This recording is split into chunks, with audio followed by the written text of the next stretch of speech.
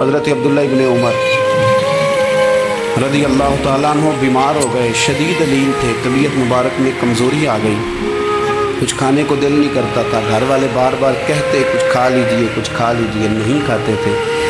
بالآخر اب حضرت نافع آپ کے غلام تھے، ان سے کہنے لگے کہیں سے مچھلی مل جائے نا تھوڑی سی، میں کھاؤں گا۔ تو کہتے ہیں میں سارے مدینے میں ڈھونڈتا رہا، مچھلی نہ ملی، اگلے دن بھی ڈھونڈی تو نہ ملی، تیسرے دن بھی ڈھونڈی تو نہ ملی، تو فرمانے لگے یار بس چھوٹی سی خواہش ہے، کوئی فرض نہیں ملتی تو رہنے دے۔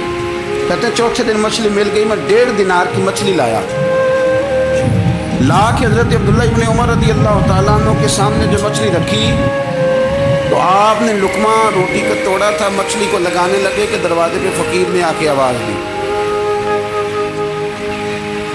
کچھ کھانے کو دو۔ حضرت عبداللہ ابن عمر نے روک لیا اور ہنسے۔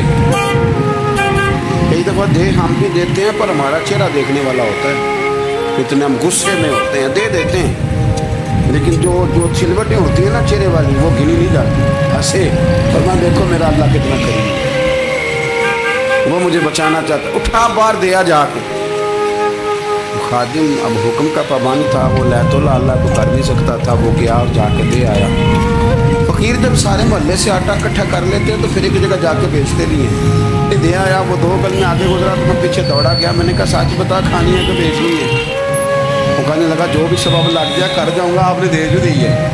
تو کہتا ہے میں نے اسے کہا کہ یہ 1.5 دینار کی میں نے خریدی تھی، اگر تو 2 دینار کی مجھے بیچ دے تو آج کل مچھلی مدینے میں مل نہیں رہی، تو میں اپنے آقا کو دے دوں گا، وہ یہی کھائیں گے، بیمار ہے۔ تو کہنے لگا جی بسم اللہ، مجھے کیا اعتراض ہے، 2 دینار مل رہے ہیں، 1.5 کی مچھلی، اور 1.5 کی بھی کسی نے نہیں خریدنی تھی، اب تو پک گئی۔